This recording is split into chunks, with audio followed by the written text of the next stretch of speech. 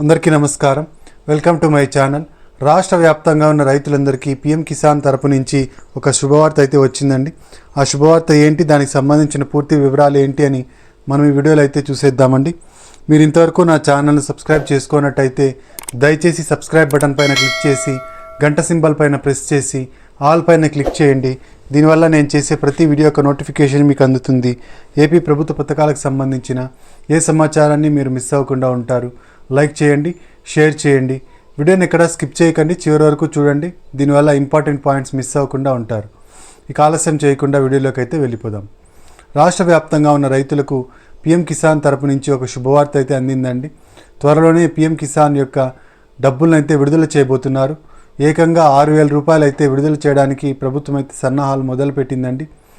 రైతులందరికీ ఆర్థికంగా స్వావలంబన చేకూర్చే దిశగా ఈ పీఎం కిసాన్ సమ్మాన్ నిధి యోజన పథకాన్ని ప్రధానమంత్రి మోదీ గారు అయితే తీసుకురావడం జరిగింది.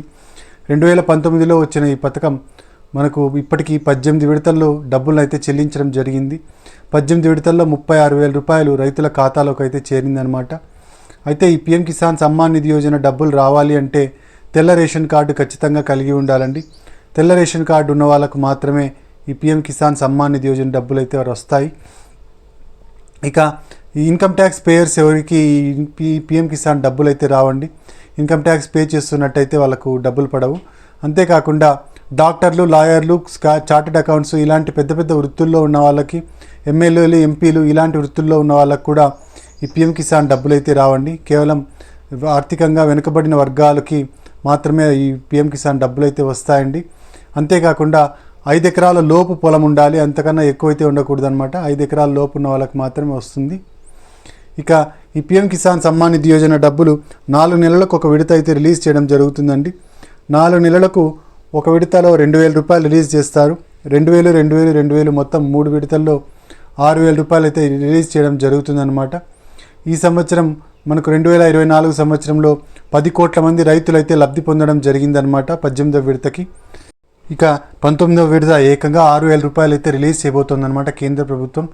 ఎందుకు 6,000 రూపాయలు అంటే మన ప్రధానమంత్రి మోదీ గారు పీఎం కిసాన్ యొక్క డబ్బుల్ని 6,000 రూపాయలు ఉన్న డబ్బుల్ని 10,000 రూపాయలు చేస్తూ నిర్ణయం అయితే తీసుకోవడం జరిగిందండి.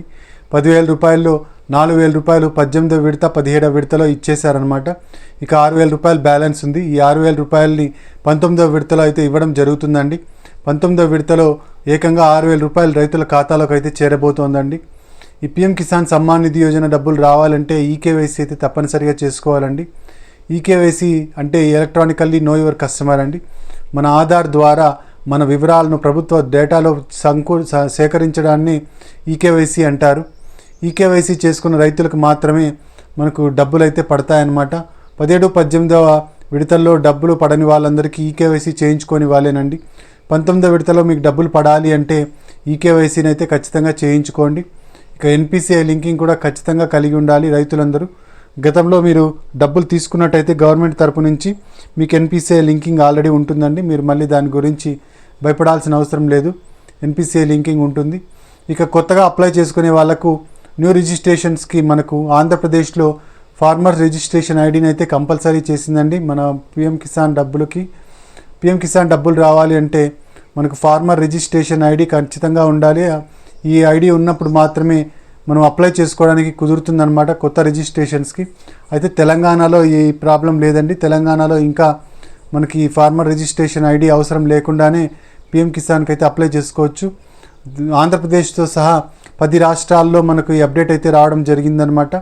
ఈ అప్డేట్ ప్రకారం మనకి 10 రాష్ట్రాల్లో ఫార్మర్ రిజిస్ట్రేషన్ ఐడి అయితే ఖచ్చితంగా కలిగి ఉండాలండి. ఫార్మర్ రిజిస్ట్రేషన్ ఐడిని మనము రైతు సేవా కేంద్రాల్లోకి వెళ్ళి అప్లై చేసుకోవచ్చు అనమాట. ఇక ఈ డబ్బులు ఎప్పుడు రిలీజ్ అవుతాయి అంటే మనకు ఫిబ్రవరి నెలలో బడ్జెట్ అయితే ప్రవేశపెట్టబోతున్నారండి.